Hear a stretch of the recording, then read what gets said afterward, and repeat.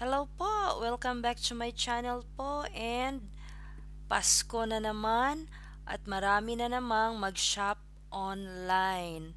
So ngayong paparating na Pasko, pinag-iingat po ng isang grupo ang mga mamimili sa pag-shopping online dahil sa paglipa ng false advertising. So ano nga pala ito? So let's watch this one. Oktubre pa lang, namili na ng costume si Cristina Rufino na gagamitin nila ng kanyang mga katrabaho sa kanilang Christmas presentation. Binili niya ang nakitang purple polo online, pero laking gulat niya nang dumating ito. Ibang-iba kasi ang itsura nito sa picture ng damit na nakita niya online. Sa halip na polo, blusa ang dumating. Nag-order muna ako ng dalawa. So, tinesting ko. Nung dineliver niya, goods, okay naman yung dalawa. Nag-reorder ako ng the rest ng dancers. Iba na yung binigay. Siyempre, nagalit ako kasi talagang literal na nanlolo ko. Hindi na rin niya ito naibalik sa seller na nakabase sa China dahil pahirapan ang proseso.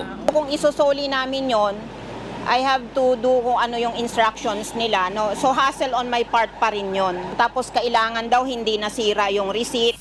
Babala ng Philippine Retailers Association, lalo ngayong magpapasko, mag-ingat sa mga ganitong seller. Hindi lahat pagkakatiwalaan. There are many complaints on the online marketplaces. One, there's a lot of deception in the way they advertise the products. Para iwas abala sa pamimili ngayong Pasko, baka raw mas mainam na sa mga mall o pisikal na tindahan na lang mamili para makita talaga ng personal ang produkto bago ito bilhin. Hindi naman daw basta-basta mayaalis ang pamimili online dahil mas madali ito. Pero sabi ng Philippine E-Commerce Association, mababawasan ang insidente ng panloloko ng mga seller. Ngayong inuobliga na sila magparehistro sa BIR at DTI. Pero kailangan din daw maghigpit ang mga seller sa return and refund policy dahil naaabuso raw ito. Madalas daw ay hindi na bumabalik sa seller ang produkto na nai-refund na. At kung bumalik man daw, nagamit na at hindi na maibebenta.